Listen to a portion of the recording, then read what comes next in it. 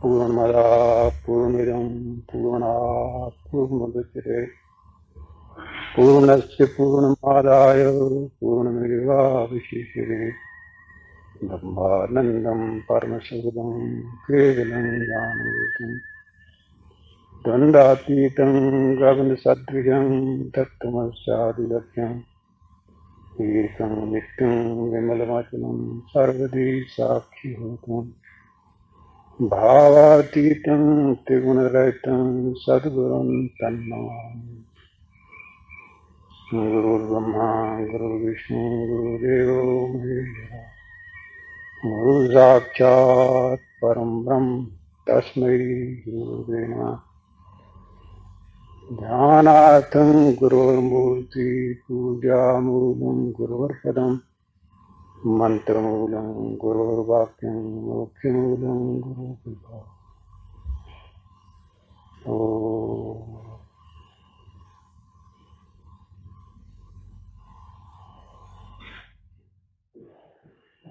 विहाय नवानि गृह्णात् नरोपराणि तथैव शरीराणि विहाय जीर्णान् अन्यात् संयात् नवानि देहि। जिस प्रकार कोई पुराने वस्त्र त्याग कर नए वस्त्र पहन लेता है, इसी तरह ये जीव पुराने वस्त्रों को अर्थात इस शरीर को त्याग कर नया वस्त्र धारण कर लेता है।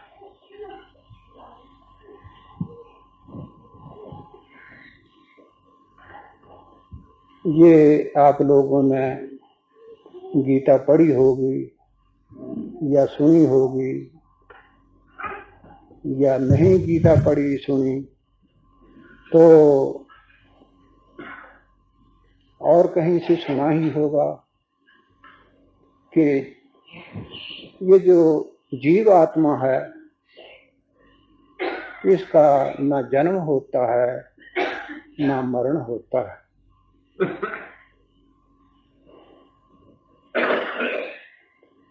जन्म और मरण वाले ये शरीर हैं, पंच भौतिक शरीर है। एक समय बनता है, दूसरे समय बिगड़ जाता है। ये प्रकृति का स्वभाव है, बढ़ना और बिगड़ना। लेकिन जीवात्मा का ये नहीं है। अगर ये बात सच्ची है तो फिर जीव जो जगत में रहकर संसारी भोग पदार्थों के साथ, रुपए पैसे के साथ या ऐसे ही अन्य चीजों के साथ इस प्रकार जो चिमट जाते हैं कि बस ये सब कुछ सदा के लिए हमारे पास ही रहेगा, हमारा ही है, ये ऐसी अज्ञानता क्यों? और इस अज्ञानता का नतीजा क्या होता है कि जीव 84 लाख योनियों में चक्कर काटता फिरता है। एक बार इसको मनुष्य शरीर मिल जाता है, उस मनुष्य शरीर को पाकर फिर इतने कर्म कर मारता है कि न मालूम कितने शरीर धारण करके तो वो लेन देन हिसाब पूरा कर सके।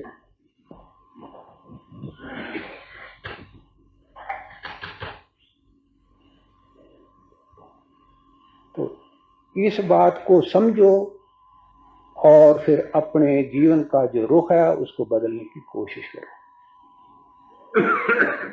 संसार में रहो,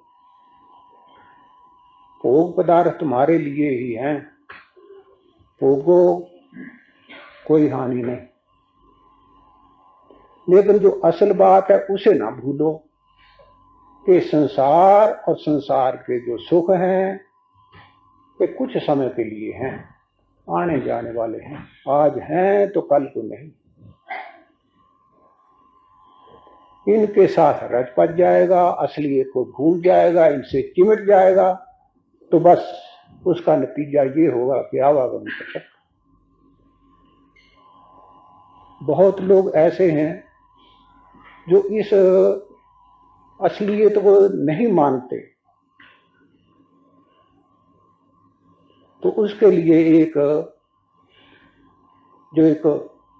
हुई हुई घटना है वो आज आपको एक ग्रंथ में से आपको सुनाई जाती है। उसको सुनो, समझो और विचारो, विचार करके अपना मार्ग ठीक करो। बोलो कि अंत समय जब शरीर शांत होने लगता है तब उसका चित्त उस समय कतई तौर पर संसार से उपराम हो जाए, तब अगले जन्म में जहां शरीर धारण करेगा तो कुछ अरसे तक उसकी याददाश्त बनी रहेगी और आगे चल करके वो याददाश्त जो है वो खत्म हो जाती है। चाहे रोग से ग्रस्त हो, चाहे और किसी कारण से हो, किसी ने आत्महत्या की हो, परंतु ऐसा होता है कि आमतौर पर ऐसा होता नहीं, यानी उसका चित्त संसार से कतई तौर पर उपराम हो जाए, ऐसा होता नहीं। क्यों? जिसने जीवन में ही ऐसा इस मार्ग को अपनाया नहीं, संसार से चित्त को उपराम किया ही नहीं, तो अंत समय वो कैसे हो सकेगा?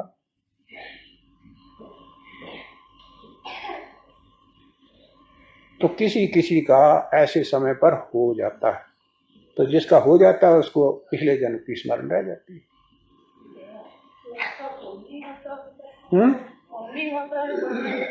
कि पुण्य नहीं, पुण्यपन कोई नहीं, पुण्य कोई नहीं होता, चित्त उपराम हो जाना चाहिए बस। ये नहीं पता लग सकता कि ये काल वृद्धि हुई है, ये नहीं पता लग सकता, ये नहीं लगता। तो जीव आत्मा होती है, शरीर तो होता है और शरीर नहीं होता, जीव आत्मा है। आत्मा तो निर्विकार, वो तो बिल्कुल उसको तो है नहीं, तो फिर उसको पिछली तो ठीक है, वो सूक्ष्म शरीर होता है। सूक्ष्म शरीर जो है इस स्थूल से कोई 2-3 अंगुल बड़ा होता है। तो जीव जिस वक्त शरीर स्थूल पार्थिव शरीर छोड़ता है तो वो शरीर निकल के अलग हो जाता है। तो वो भी असल में इस शरीर की तरह ही एक शरीर है, ये पंच भौतिक है और वो सूक्ष्म शरीर है, 5 सूक्ष्म तत्वों का बना हुआ।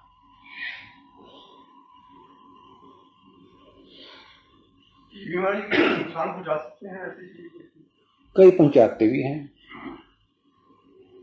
तो वहां उस सूक्ष्म लोक के भी नियम है, उन नियमों के अनुसार कोई किसी को दुख पहुंचा नहीं सकता, ये नियम है वहां का। लेकिन ऐसा ही समझो कि जैसे हिंदुस्तान में भी ये कानून बना हुआ है कि कोई किसी के साथ जबरदस्ती नहीं कर सकता, कोई किसी की चोरी नहीं कर सकता, नहीं करनी चाहिए, कानून है। लेकिन कई करते हैं। जिन बातों के लिए गवर्नमेंट ने कानून बनाए, रोकथाम लगाई, तो कोई करते हैं। तो इसी तरह वहां भी कुछ रूहें होती हैं, वो बड़ी छिद्री होती है, दुष्ट प्रकृति की होती हैं, तो वो लोगों को तंग करती हैं।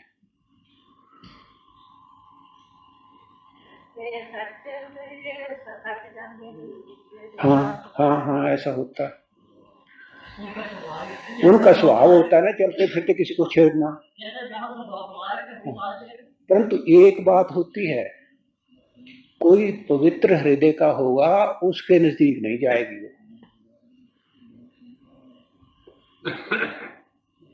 और जब किसी को वैसे उसने तंग करना हो तो जब अपवित्रता की हालत में हो उसी वक्त आर करके करती है छेड़छाड़।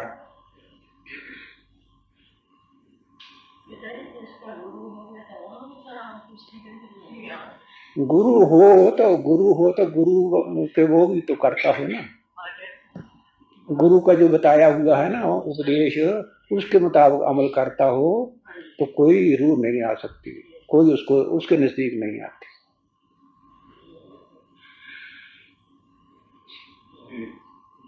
जीवात्मा का एक रूप होता है कि अनेक रूप होते हैं? जीवात्मा के मैंने बताया ना कि जो इस स्थूल शरीर के अंदर जो सूक्ष्म शरीर है उसको भी जीवात्मा करके ही कहा है। तो वो जो जीवात्मा है वो बिल्कुल हूबहू इसी शक्ल का और इतना ही बड़ा होता है, इससे कुछ थोड़ा बड़ा होता है, वो इतना ही होता है। लेकिन जीवात्मा या की जो बीजा अवस्था है वो अणु समान है, परमाणु समान है, तो वहां बीज तक तो पहुंचता ही नहीं। सारे युग में भी वो शरीर नहीं उतरता। कब उतरता है? जब महाप्रलय होती है, तब जितने भी जीव हैं, स्थूल हैं, सूक्ष्म हैं, सब बीज अवस्था को प्राप्त हो जाते हैं। बीज रहता है, बीज का नाश नहीं होता। बीज का नाश करना हो तो उसके लिए परमात्मा का जो स्मरण ध्यान भजन है ये है। उसमें जड़ चेतन की जो गांठ है वही बीज है। जड़ चेतन की गांठ साधन करके छूट जाती है, आत्मा आत्मा मिल जाता है और जड़ प्रकृति में मिल जाता है, जड़ तत्व जो है, बस बीज नष्ट। बीज नहीं तो पौधा नहीं, पौधा नहीं तो संसार के सुख दुख नहीं।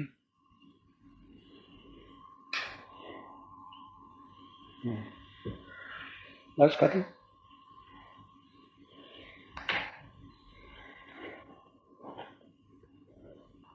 महापुरुषों के रचे हुए जो ग्रंथ हैं उनके ऊपर भी विश्वास ना हो तब ये जो प्रत्यक्ष घटनाएं हैं इनके ऊपर तो आदमी को विश्वास होना चाहिए।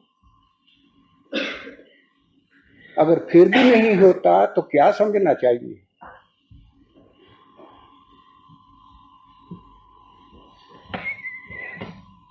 यही समझना होगा कि मोह माया की जो शराब है चढ़ी हुई वो कुछ समझने नहीं देती, समझते हुए भी आदमी सिर फेर देता है।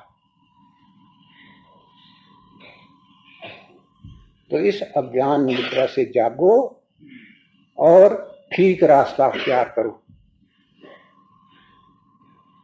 जो प्रेम में होता है वो उसकी आत्मा की दूसरे को जन्म ले लेती है जब तक उसी के साथ रहती है। जब तक उसी के साथ रहती है मतलब उसकी आत्मा दूसरे दुनिया में चली जाती है जब तक वो प्रेत योनि में, तब तो उसकी आत्मा उसके साथ, प्रेत जो है वो उसके अंदर भी तो आत्मा ही है ना, आत्मा ही होता है।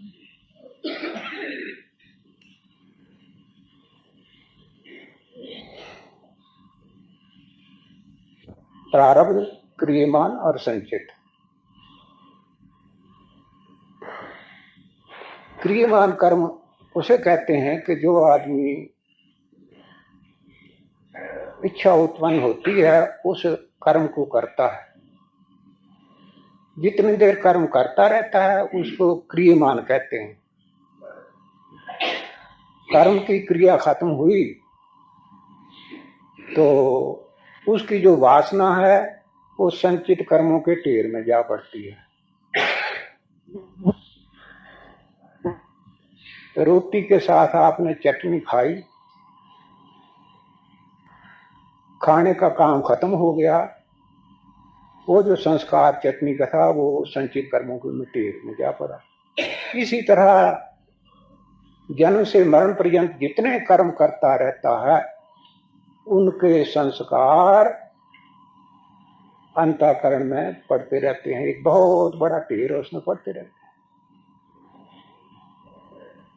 और वो ही संस्कार समय समय पर इसके हृदय में फिर से जागृत होते हैं।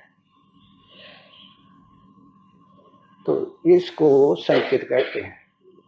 प्रारब्ध कर्म उसे कहते हैं कि उस संचित कर्मों के ढेर में से अपने साथ जन्म के समय जो एक मुट्ठी ले आता है, वो मुट्ठी कर्मों की इस जीवन में अवश्य भोगनी पड़ती है, उससे छुटकारा नहीं।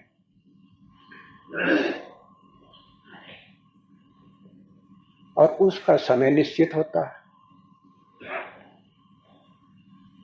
तो ये प्रारब्ध कर्म है।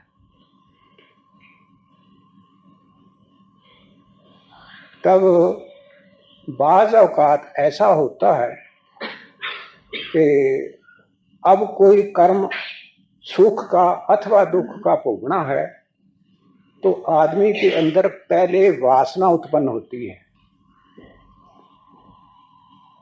चलो आज शिमला जा रहे हैं, ये वासना कहाँ से उठी? उसे प्रारब्ध कर्म ने उठाई, क्योंकि उसने फल देना है। वो वासना बुद्धि के अग्रभाग में बस जाती है और बस जाने पर उसको मजबूर करती है। उसके लिए वजूहात पेश की जाती है, काम जरूर जाना चाहिए। यहां से चलता है, आगे मोटर में बैठता है, आगे जाता है तो एक्सीडेंट होता है, टांग टूट जाती है, काफी कष्ट भोगता है कई महीने। तो ये जो वासना उठी थी, कहां से उठी थी? इसने उठाई प्रारब्ध कर्म ने। और बाज़ औकात वासना उठती है संचित कर्मों के ढेर से।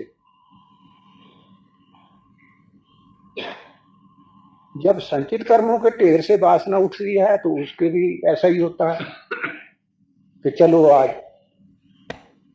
शिमला जाए, लेकिन फिर सोचता है क्या जाना है, आज नहीं जाते, कल चले जाएंगे। कल आया, कल नहीं, तो आज नहीं, परसों से, चलो क्या जाना है। इस प्रकार की जो वासनाएं उठती हैं, उनके ऊपर आदमी की ताकत होती कि उसको दबा दे, वो ना हो। लेकिन जो प्रारब्ध कर्मों में से उठती है, वो करवाए बगैर छोड़ती नहीं। बस इतना पहचान है। और ये है कि संचित कर्मों से उठी होगी तो उसको वो दबा सकता है, दब जाती है, लेकिन प्रारब्ध कर्मों से होगी तो वो नहीं दबेगी। ये पहचान है।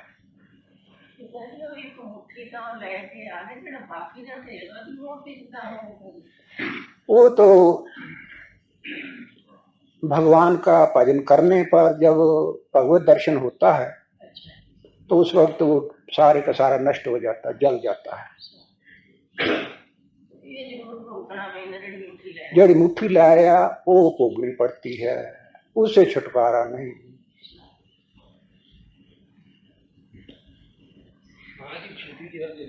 तो वो कह रहे थे, क्या किसी ने सवाल किया था?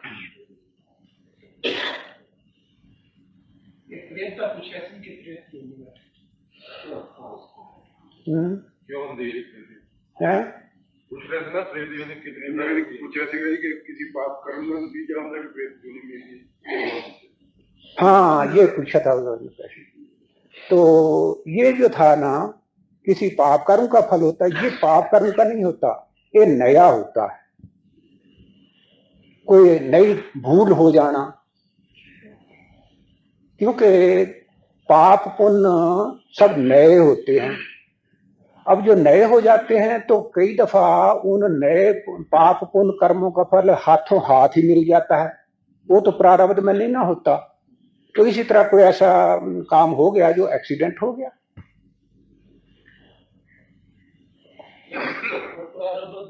वो प्रारब्ध में नहीं, वो तो एक हाथ से की और दूसरे में ले ली। मानना तो प्रारब्ध ही पड़ेगा, क्योंकि इस हाथ पहले 1 मिनट पहले किया और दूसरे मिनट में उसका फल भोग लिया। है तो वो भी प्रारब्ध ही, लेकिन वो मौजूदा वक्त की है, अपने जन्म के समय साथ नहीं लाया था।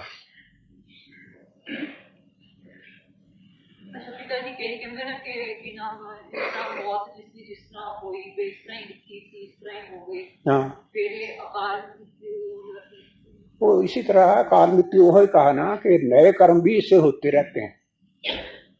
जो नए कर्म होते हैं वो अपने साथ तो नहीं लाता, साथ लाए तो वो भी प्रारब्ध हो बन जाती है। इस वास्ते कई नए कर्म इससे साथ साथ ही होते रहते हैं, तो वो जो हो जाता है वो फिर नया बन जाता है, उसको प्रारब्ध नहीं कहते हैं। वैसे होती वो भी प्रारब्ध, क्योंकि 1 मिनट पहले तो किया उसने, दूसरे मिनट में उसको फल मिल गया। परंतु इसमें इतना ही फर्क होता है कि जन्म के समय ये नहीं आया था। जैसे एक आदमी काफी शराब पी लेता है, गाड़ी चलाता है, शराब को एक्सप्लेन कर देता है, वो ही नतीजा होता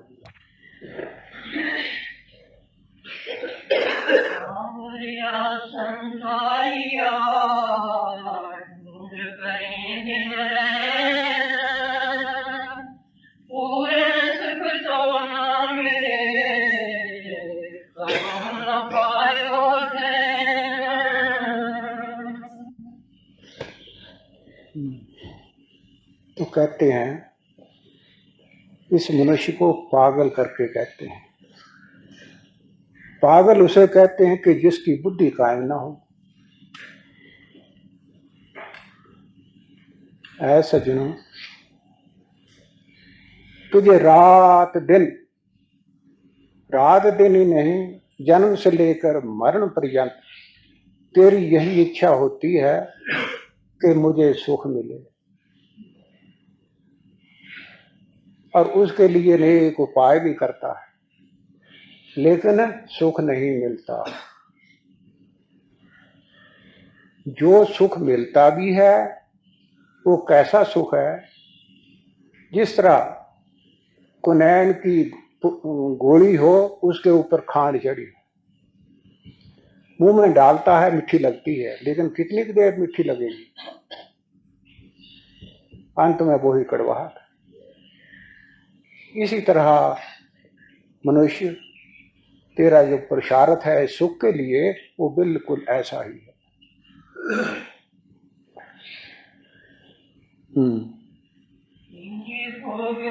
सुख का तो सोच विचार, दुख से ही आकर मिले, मुझे जाती बार। सारा पुरुषार्थ किस बात में होता है?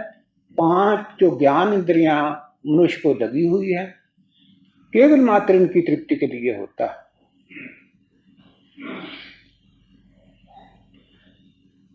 और ये जो सुख है कैसा है? क्षणिक सुख है। थोड़ी देर इनसे सुख मिलता है, लेकिन बाद फिर जब उसकी प्रतिक्रिया होती है तो वो दुख में बदल जाता है।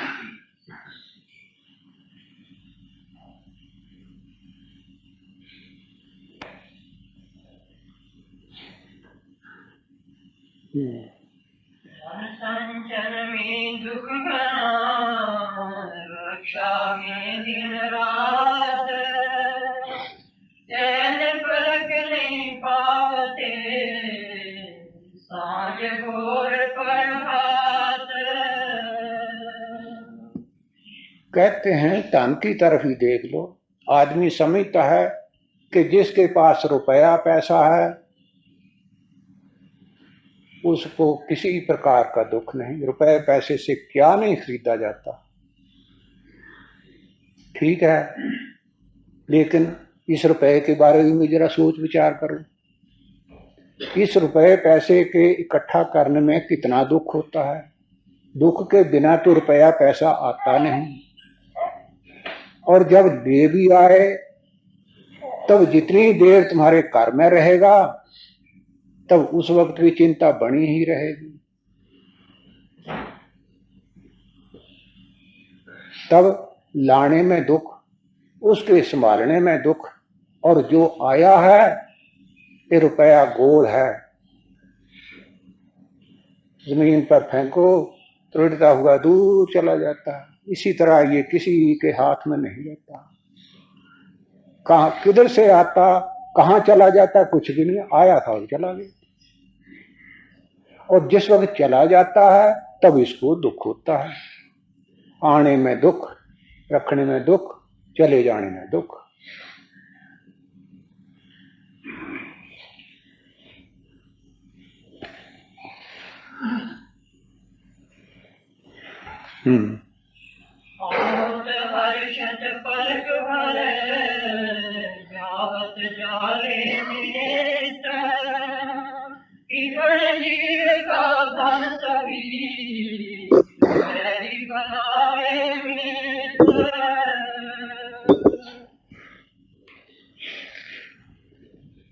आ जाए, मान लो किसी ने लॉटरी में टिकट खरीदा, रुपया उसके नाम आ गया, कितना सुख होगा। बाज तो इतना सुख मनाते हैं कि उसी से शरीर शांत हो जाता है, उसको बर्दाश्त नहीं करता, और रह गया तब कितना दुख। इतना दुख के रुपया पैसा पास ना होने से पहले इतना नहीं, और जब चला जाता है तो अनेकों चले जाने पर उनके प्राण खरीदने को जाते हैं। फिर जो कंजूस आदमी हो उसका तो कहना ही क्या है, उसको तो सिर्फ संभाल की ही बात होती है, उसने हासिल करके भी उसका कुछ फायदा नहीं उठाना है। दूसरे कंजूस आदमी अपने जो दोस्त मित्र हैं उनको भी दुश्मन बना लेता है। इस रुपए पैसे के पीछे जो अपने सगे संबंधी हैं वो भी देखते रहते हैं कौवे या गिद्धों की तरह, कब इसका शरीर शांत हो और हम इसको हड़प करें। ना उसको अपने आप को फायदा, ना दूसरों को शांति लेने देता।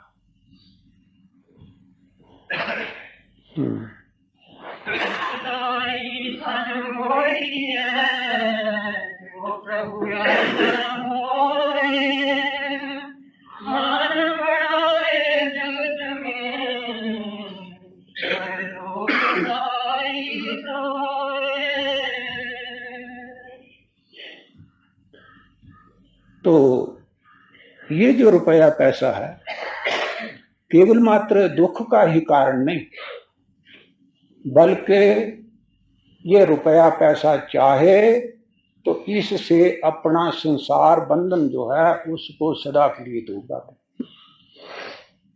और वो है प्रभु की प्रसन्नता अर्थ इसको लगाना।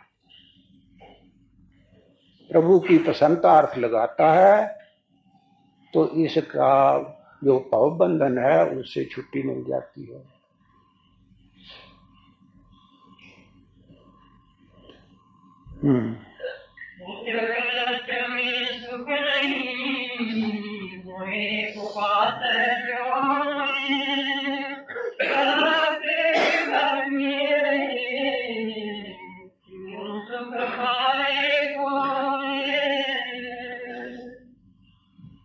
समझते हैं पुत्र पौत्र हों तो उससे सुख मिलता है, ठीक है, लायक निकल आवे तो सुख भी देते हैं, और जो नालायक निकल आवे तब तो कहना ही क्या।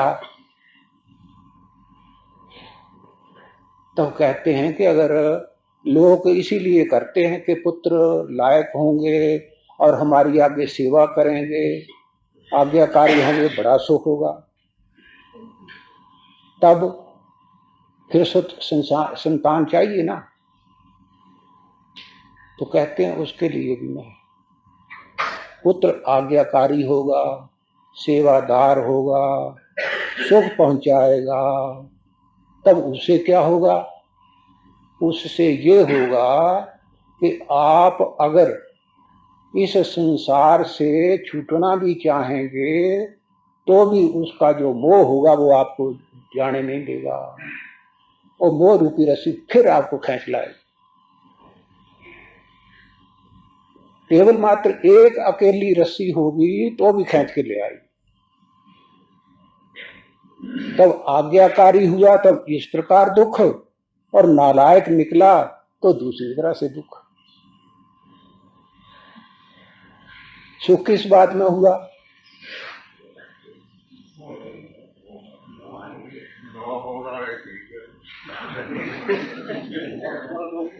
बात यह है कि ना हो है तो भी दुख, तो भी सुख नहीं है। जिनके नहीं है उनको जाके पूछो क्या वो सुखी है?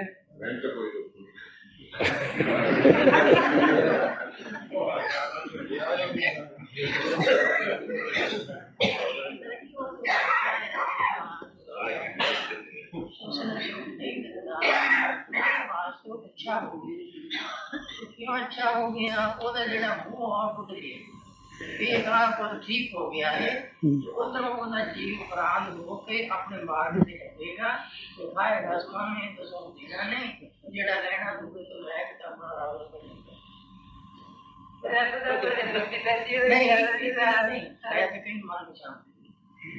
नहीं छड़े भी समझ लगा हुआ है। साढ़े नहीं सोचना चाहिए कि मेरा ना सुख छड़ गया, सुख है बिच विचार दे या संता शरण दे। तो बात तो ये हो रही है कि संसारी भोग पदार्थ जो हैं इनमें सुख नहीं है।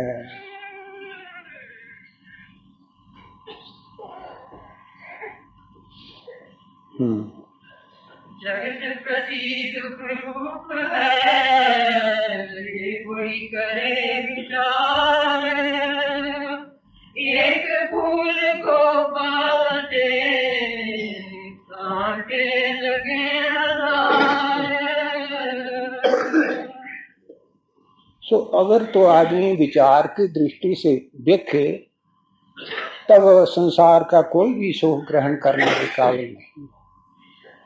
एक सुख के लिए हाथ पसारो और एक नहीं अनेकों कांटे उसको लगते, फिर वो भी स्थायी नहीं है।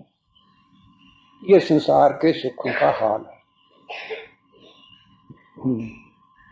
बुलबुल रोवे फूल को जाने चाहूं,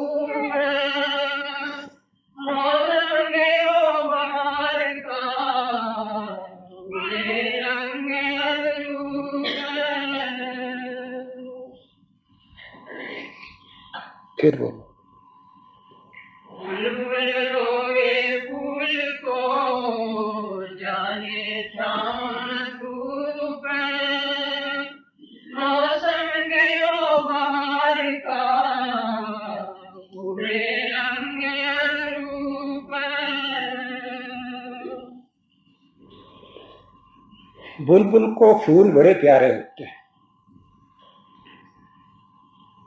तब उस फूल को पाने के लिए बड़ी बेताब रहती है, लेकिन उसका सुख कितने दिन है, आया और चला गया।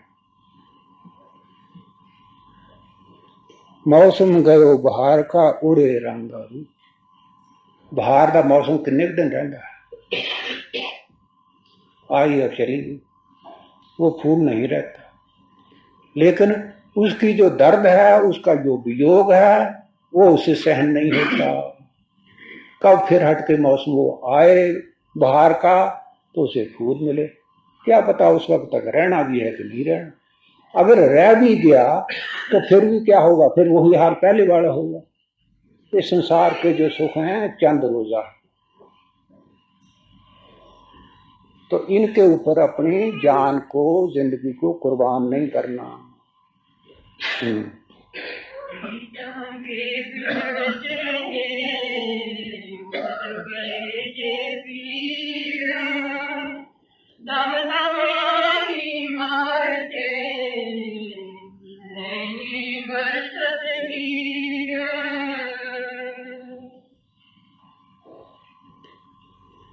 जिस किसी के साथ प्यार होता है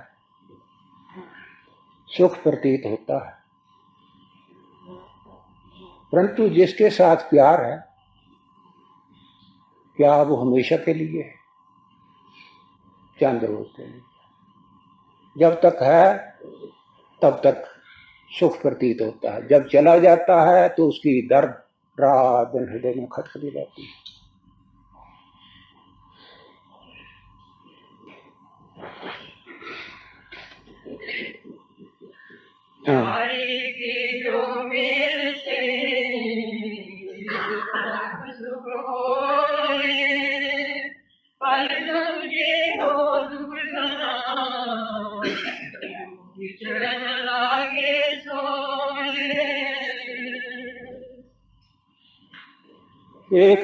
एक मिनट का सुख और कई दिनों का दुख, ऐसे संसार के सुख हैं।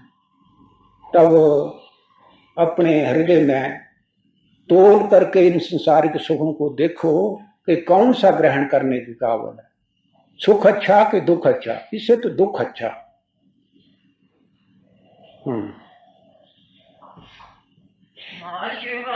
जो सुख सभी दुख रूप जान, आए अंतर में दुख जो सुख नहीं मान।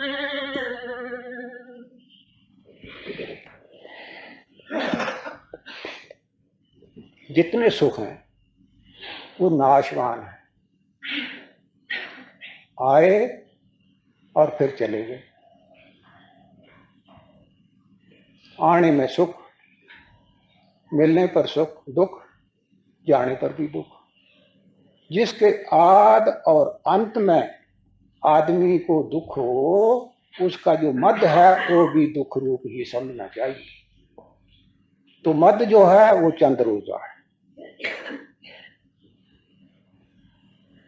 ये है संसार के सुखों का हाल।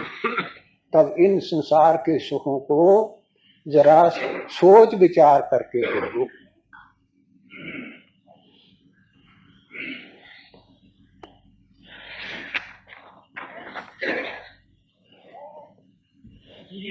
सुखदायक कोई दुख, ताके सब सुख भरम है, दुख का दुख। जितना सुख उतना ही दुख, ताते जग दुख सुख कर्म है। क्या मतलब? संसार के जितने भी सुख हैं वो क्या है? कहते एक प्राणी है, सुख नहीं है। भला प्राण किसे कहते हैं?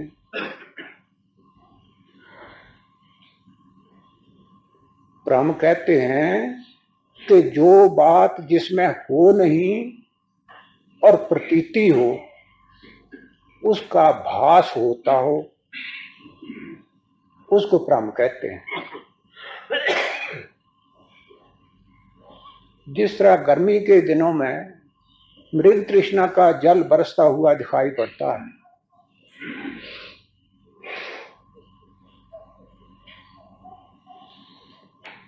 और ऐसा प्रतीत होता है कि यहां नहीं है, थोड़ी दूर आगे फासले पर है,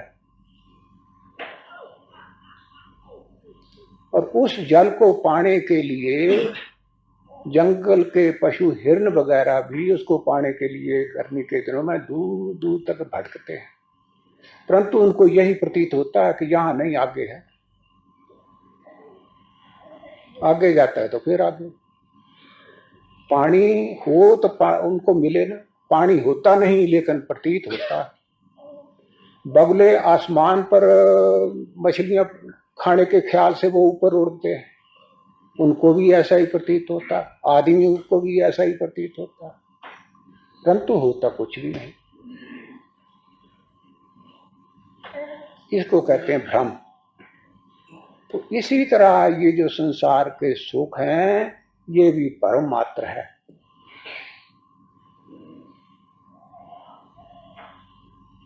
तो इस भ्रम की उत्पत्ति कहां से होती है? भ्रम की उत्पत्ति अज्ञान से होती है। अज्ञान उठ जाए, असलियत का बोध हो जाए, तो बस ना दुख है ना सुख है। तो इसको निवारण करने के लिए महापुरुषों ने दुआई क्या बतलाई?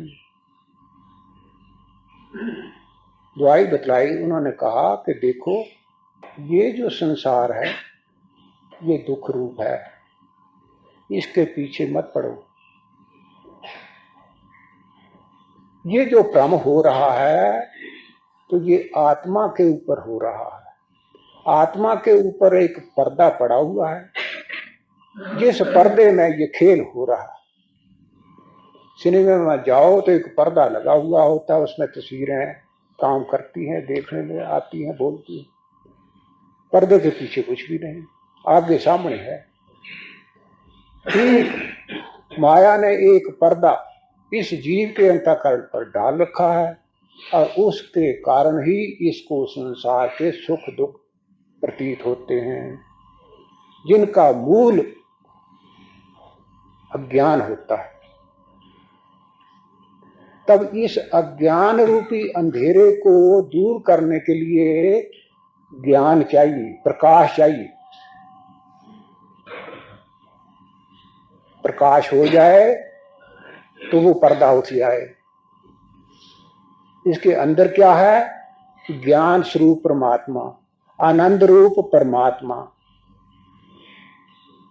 उसको पालो तो फिर दुख क्लेश का नाम निशान नहीं, संसार रहता ही नहीं जो दुखों की जड़।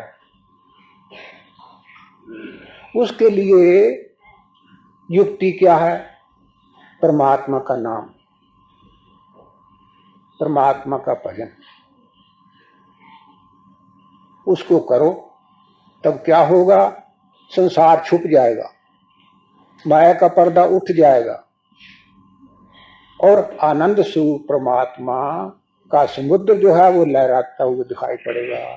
उसमें गोता लगाओगे तो संचित कर्मों का ढेर है वो नष्ट हो जाएगा, और सुख शांति सदा के लिए जो कायम और दायम है वो प्राप्त होगी। लेकिन उसके बाद परमात्मा में, आनंद स्वरूप परमात्मा में गोता लगाने के बाद फिर संसार में भी तो आकर के काम करना पड़ेगा। तब कहते उस अवस्था में आकर के परमात्मा का नाम जपो, अपने चित्त को उसमें डुबाए रखो। फिर नाम और नामी दोनों एक ही हो जाते हैं।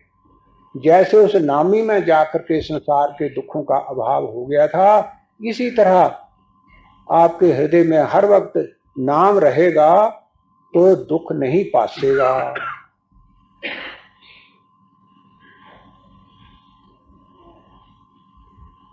संसार भला कहते किसको है? संसारनाथ संसार। संकल्प विकल्प जो होते रहते हैं, इसी का नाम संसार है। तो व्यवहारिक काल, उस अवस्था से गोता लगाकर व्यवहारिक अवस्था में आओगे तो हर वक्त उस परमात्मा का नाम स्मरण हृदय में बना रहे, तो इधर भी सुख, और उस अवस्था में गए तो उसमें भी सुख। शरीर छोड़ा तो उस आत्मा के समुद्र में जाकर के समा गए। ये काम करना है, इन संसार के सुखों के पीछे नहीं पड़ना है। ये मत समझो कि जो कुछ मैं कह रहा हूं कि संसार के काम नहीं करने। संसार के सभी काम करो, जो कर्तव्य कर्म है उन सभी कर्मों को करो, परंतु किस तरह से करना है? इस तरह से करना है कि जो कुछ भी है ये समझ करके कि जो कुछ है वो सब उस प्रभु का है, मेरा कुछ भी नहीं, और मैं भी उसी का हूं। अगर इतना आपने काम कर लिया तो कर्मों के बंधन से छुट्टी मिल जाएगी। यही मूल चीजें हैं जिनसे जीव को कर्मों का बंधन पड़ जाता है।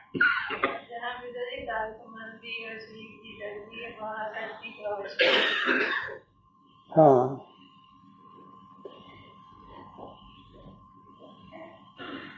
ये बात ठीक है कि 3 ताकतें हर एक आदमी के पास हैं, तन की, मन की, तन की। ये तीनों ही ताकतें जहां लगती हैं वहां ही आसक्ति हो जाती है, और आसक्ति ही बायस बंधन है, और यही जगत में लाने वाला है। परंतु जो भावना मैंने बतलाई है, इस भावना को लेकर के तन की, मन की, तन की सारी ताकत जहां लगाओगे तो वहां से ही ये बंधन से छुट्टी मिल जाएगी। तन मिला है तो उससे प्रभु की सेवा, तन मिला है तो प्रभु की सेवा, मन मिला है तो उसी को प्रभु के चरणों में लगाना है। जितनी ताकत है सारी उसमें लगा दो, इससे छुटकारा हो जाएगा। पहले आपने संसारी पदार्थों को अपना समझकर और अपने लिए करते थे, वहां तक बंधन था। जब इन्हीं को दूसरी तरफ बदल दिया तो यही छुटकारे के कारण बन गए। तन मन तन तीनों ताकतों को प्रभु के चरणों में लगा दो। जिस किसी की भी सेवा करने का मौका मिले उसको प्रभु की सेवा समझ करके करते चलो।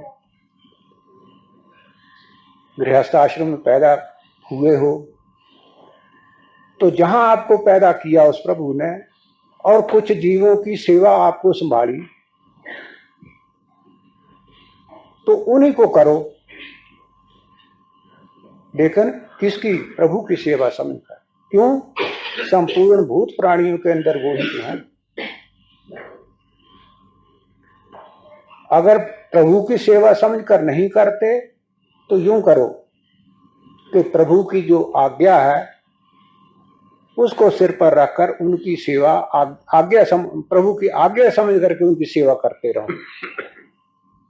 तो इस प्रकार जो आदमी कर्तव्य कर्म करता रहता है, अपने लिए नहीं, प्रभु की आज्ञा समझकर प्रभु की प्रसन्नतार्थी करता रहता है, तो उससे क्या होता? अंतःकरण की शुद्धि होती है। अंतःकरण की शुद्धि हुई तो शीशा साफ हुआ तो मुंह अपने आप ही दिखाई देने लगता है। परंतु इन दोनों में से प्रभु की सेवा समझ कर की जाए तो सबसे उत्तम है। यही भगवान की भक्ति है। फिर क्या होगा? तुम्हारा घर भगवान का मंदिर बन जाएगा। सारी सामग्री जो आपको भगवान ने दे रखी है भगवान की पूजा की सामग्री हो जाएगी। परंतु इन दोनों में से प्रभु की सेवा समझ कर की जाए तो सबसे उत्तम है। यही भगवान की भक्ति है। फिर क्या होगा? तुम्हारा घर भगवान का मंदिर बन जाएगा। सारी सामग्री जो आपको भगवान ने दे रखी है भगवान की पूजा की सामग्री हो जाएगी। और जो कर्मों का बंधन था वो उसी वक्त तक था जब तुम अपने लिए करते थे। अपने लिए तो अब करते नहीं, तो पाप उनसे भी बरी। दुकानदार का मुनीम होता है, मालिक की तरह ही सारे काम करता है, मेरा मेरा भी करता है, लेकिन हृदय से वो जानता है कि मेरा कुछ नहीं है।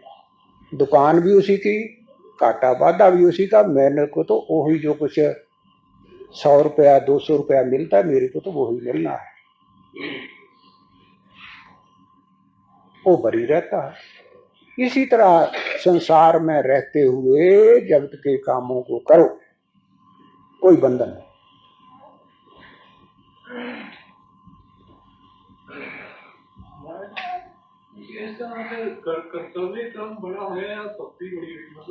दोनों का एक ही मतलब है, दोनों का एक ही मतलब है। भक्ति समझ करके करना कि सबके अंदर भगवान सर्वव्यापक है ना, तो हर एक चीज के अंदर वो ही है। कौआ, कुत्ता, आदमी, सांप, बिच्छू, जो कुछ भी है सब के अंदर वही महात्मा के अंदर वही परमात्मा, वही जीव के अंदर सब कुछ। तो उसको इस तरह लक्ष्य रख करके किया जाए तो कोई पाप नहीं, कोई पुण्य नहीं, केवल मात्र भगवान की भक्ति। कर्तव्य समझकर करता चला जाए तो उससे क्या होगा, अंतःकरण की शुद्धि होगी। शुद्धि हुई तो जिस तरह शीशा साफ हुआ तो कहने की जरूरत ही नहीं, अपने आप ही मुंह दिखाई देने लग जाता है। पौधा तो जान है। हाँ ਤੇ ਮਤਲਬ ਉਹ ਸਾਡਾ ਪਾਪ ਹੈ, ਉਹ ਕਰਤੱਵ ਵਾਸਤੇ ਕਰ ਰਹੇ ਅਸੀਂ, ਸਾਨੂੰ ਕਰਨਾ ਪੈਂਦਾ। हाँ जो साਡਾ पाप होया या मतलब तो पौधे को काटना है या लगाना? काटना मतलब ਸਾਨੂੰ ਚਾਹੀਦਾ। हाँ ਉਹਦੀ ਜਾਨ ਉਹਦੇ ਚ ਹੈ, ਸਾਨੂੰ ਪਤਾ ਹੈ। हाँ ਤੇ ਉਹ ਅਗਰ ਮਰ ਜਾਏਗਾ ਤੇ ਉਹ ਮਤਲਬ ਸਾਨੂੰ ਕਰਤੱਵ ਵਾਸਤੇ ਚਾਹੀਦਾ, ਕੋਈ मतलब ਜ਼ਰੂਰੀ ਚਾਹੀਦਾ। हाँ ਉਹਦਾ ਕਰਤੱਵ ਉਹ ਪੂਰਨ ਕਰਨਾ। आहो ਤੇ ਉਹ मतलब पाप होया या पुण्य है, ਸਾਨੂੰ ਪਤਾ है कि ये जान है, जान चल जाएगी। वो इस तरह है, उस इस तरह है कि परमात्मा तो समान रूप से सबके अंदर भरपूर हो रहा है, उसमें तो कमी बेशी कुछ भी नहीं। कमी बेशी जो होती है वो अंतःकरण में होती है, और अंतःकरण जो है ये जीव के कर्मों के अनुसार बना हुआ है। अंतःकरण को का जो मसाला है वो आदमी के कर्मों के अनुसार बना हुआ है। कीड़ी के अंदर जो अंतःकरण है वो उसमें और तरह के कर्म हैं, तब कीड़ी बनी। मनुष्य के अंदर और तरह के कर्म हैं, उससे मनुष्य शरीर मिला। किसी महात्मा के अंदर भी अंतःकरण है, उसका जो अंतःकरण का मसाला है वो और तरह का है। फर्क जो है तो अंतःकरण में है। तब जितना जितना महापुरुषों ने एक लकीर लगा दी है कि यहां तक के जो जीव हैं उनका तुम सेवन कर सकते हो, इससे ऊपर के जो हैं उनको अगर करोगे तो तुम्हें वो पाप होगा। जेते दाने अन्न के जिया बादन को, दाने जितने भी हैं उन सब के अंदर जीव ही हैं। जैसा आदमी के अंदर है वैसे उसी के अंदर है। तब अगर जीव मात्र के लिए कहा जाए कि जीव को खाना पाप है, तब फिर आदमी अन्न भी नहीं खा सकता, फल भी नहीं खा सकता। तब महापुरुषों ने एक लकीर लगा दिया कि यहां तक के जो जीव हैं उनको खा सकते हो, इससे ऊपर के जो बड़े हुए हैं उनको नहीं खा सकता। ज्ञान की ही कमी बेशी के कारण एक दरख्त है, घास फूस है, सब्जियां हैं, फल हैं और कीड़ा मकोड़ा पतंगा है, जैसी जैसी ज्ञान का प्रकाश ज्यादा होता जाता है ऊपर ऊपर की योनियों में चलता चला जाता है। फर्क जो है वो ज्ञान में है।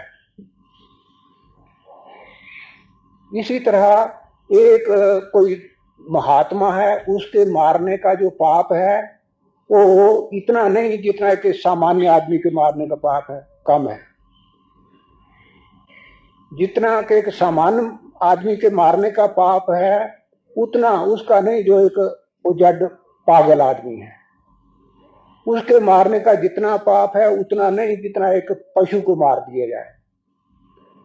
पशु के मारने का इतना पाप नहीं जितना कि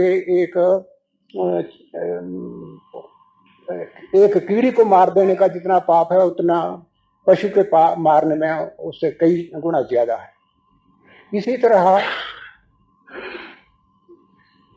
कीड़ी मकोड़ी के मारने का जो पाप है वो इतना नहीं जितना एक घास फूस या दरख्त को काटते, वो इतना नहीं है। तो एक ज्ञान ही बढ़ करके जितना ऊंचा हो जाता है उसी का ज्यादा पाप पुण्य होता है। तो महापुरुषों ने एक हद लगा दी है कि यहाँ तक जो जीव हैं उनको तुम खा सकते हो। जीवो जीव से जीवन, जीवों का जीवन जो है वो जीवों पर ही है। कोई आदमी जीवों से बाहर जा नहीं सकता। पर उसका ये अर्थ ना लगा ले कि जब जीवों की खुराक जीव ही है तो फिर किसी को भी खा लिया, ऐसा नहीं। तो हर काम में बात ही है। हर काम की कोई ना कोई बात है। हाँ, उसकी भी बात है, लेकिन अगर हरी में चलाएं तो नाश्ता हाँ बस यही बात है ना। उसकी लिमिट से हाँ लिमिट से।